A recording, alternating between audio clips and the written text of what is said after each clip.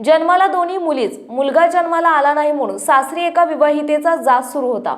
या सगळ्याला कंटाळून महिलेने आत्महत्या केली। या सगळ्या प्रकरणाने परिसरात एकच खळबळ उडाली। जन्माला आलेली दोन्ही अपत्ये मुली आहेत म्हणून मुलगा नाही म्हणून त्रास देणाऱ्या सासरच्या मंडळीच्या नेहमीचा जाचाला कंटाळून विवाहित ज्योत्स्ना पार्टे यांनी स्वतःला संपून घेतले आहे।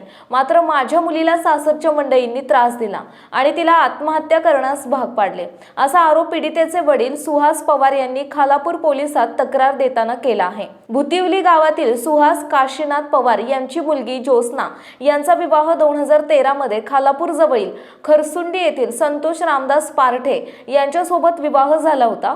सन 2015 मध्ये ज्योत्स्ना आणि संतोष यांना मुलगी झाली आणि नंतर सन 2017 मध्ये दुसरी मुलगी झाली। ज्योत्स्ना हिला 2 मुली झाल्या म्हणून सासरची मंडळी त्रास देत होते। ज्योत्स्ना हिचा पती संतोष रामदास पार्टे हा तिचा सतत मानसिक छळ करत होता।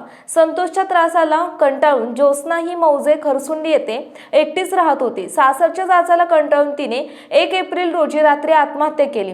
पोलिसांत या विवाहितेच्या मृत्यूची नोंद आकस्मिक मृत्यू म्हणून केली आहे।